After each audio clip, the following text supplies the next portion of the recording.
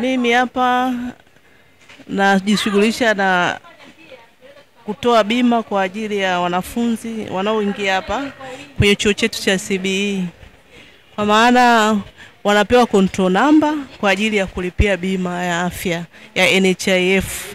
Kikubwa hapa tunawasisitiza sana wanafunzi kuwa na bima, kwa sababu wakiwa na bima watatibiwa kiafya, watakuwa vizuri kwa sababu watapata matibabu ambayo watatumia bima na hawatasumbuka katika kupata matibabu. Bima ya afya ipo kwa ajili ya kusaidia wanafunzi ili waweze kujisomea vizuri na kuwa na afya nzuri, kwa sababu ukiwa na afya unaweza kusoma vizuri na kuendelea na masomo yako vizuri kabisa.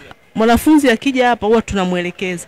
Wengi wanafika hapa wanakuwa hawajafanya usajili bado.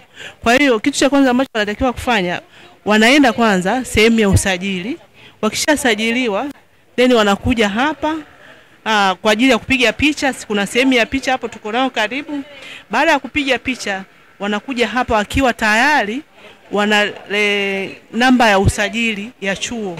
Kwa hiyo wakishakuwa na namba ya usajili ya chuo, sisi tukiingia tu kwenye mfumo tunamuona na tunapata urahisi wa kuweza kumtolea control number kwa ajili ya kulipia bima. Naomba wanafunzi wanaokuja chuo cha CBE wakitaka kupata huduma za bima, tupo hapa nyuma ya jengo la maktaba karibu na wapiga picha.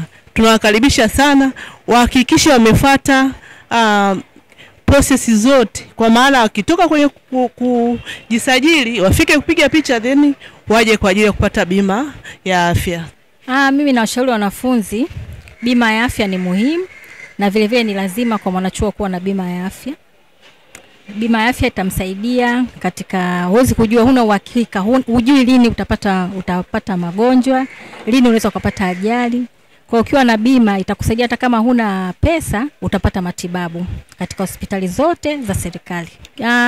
Kwa sababu tunafahamu kama bima ni lazima, kigezo cha kwanza mwanafunzi anatakiwa amefanya registration na amepiga picha. Lakini pia kwa yule mwanafunzi ambaye ana NIDA, anaweza akafika na NIDA namba yake kwenye usaili ikawekwa kwenye mfumo, ili atakapokuja kwenye dawati linaloshughulikia masuala ya kutoa control number itakuwa rahisi kwake. Lakini pia kama atakafilika kule kwenye usajili hakutoa NIDA namba yake, basi atakapofika kwenye dawati la bima ni vizuri akasema mimi namba yangu ya bima ninayo, tutamuingizia kwenye mfumo ili tuweze kumtolea control number hata kama hajapiga picha.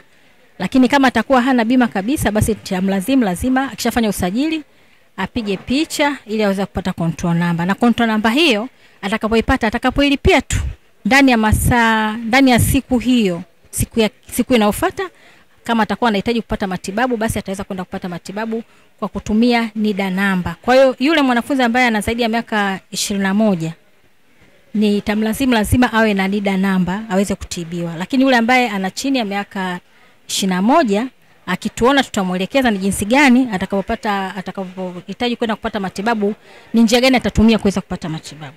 Lakini pia tunapenda kuwahusia wanafunzi wetu kwamba tunategemea wiki ijayo kuwa na, kwanza tunaomba wahudhurie tutakapokuwa tunafanya orientation. Wiki ijayo tutakuwepo hapa na watu wa NIDA kwa muda wa siku 6 kwa ajili ya wale wanafunzi wote ambao hawana NIDA kupata NIDA, na vile vile baada ya hapo tutahamia kwenye Sabasaba kwa siku 4 kwa ajili ya wanafunzi pia kupata NIDA.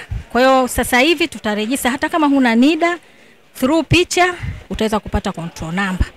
Lakini katika kutumia control number ukiwa na zaidi ya miaka 21 hutaweza kutumia bima mpaka uwe na namba ya NIDA. Lakini yule ambaye atakuwa chini ya miaka 21 basi ataweza kupata matibabu kwa kutumia kitambulisho chake cha chuo na picha.